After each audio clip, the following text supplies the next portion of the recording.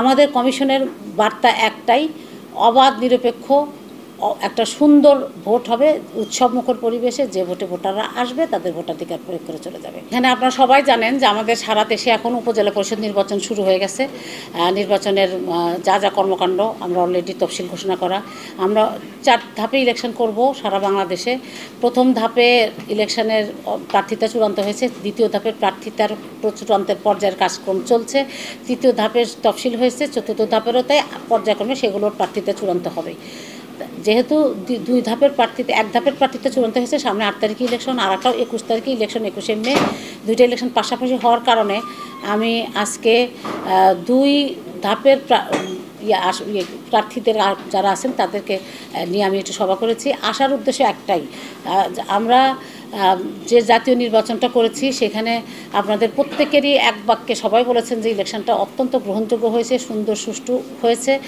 আমরা তারই ধারাবাহিকতায় আমরা চাই যে আমাদের যে উপজেলা পরিষদ নির্বাচন, এটা একটা অনেক বড় নির্বাচন। এই নির্বাচনটাও এবং অনেক জনগণের সম্পৃক্ততা এখানে অনেক বেশি, সরাসরি জনগণই এখানে প্রার্থী এবং ভোটার।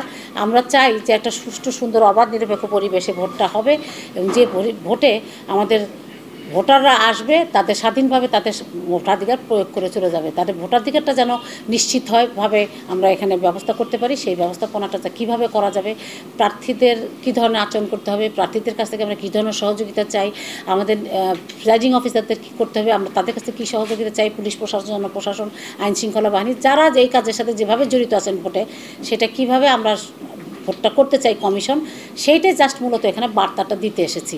আমাদের কমিশনের বার্তা একটাই, অবাধ নিরপেক্ষ একটা সুন্দর ভোট হবে উৎসবমুখর পরিবেশে। যে ভোটে ভোটাররা আসবে তাদের ভোটাধিকার প্রয়োগ করে চলে যাবে, এর বেশি আমাদের কিছু বলার নাই। তো এখানে এসে আমি প্রার্থীদের সাথে বসেছি, প্রার্থীরা আমাকে সেই প্রতিশ্রুতি দিয়েছে যে তারা সুন্দর একটা ইলেকশনের যাতে হয় সেইভাবেই তারা কাজ করবে। আর আইনশৃঙ্খলা বাহিনীর সাথে এখন আমি বসি নাই, এখন বসবো।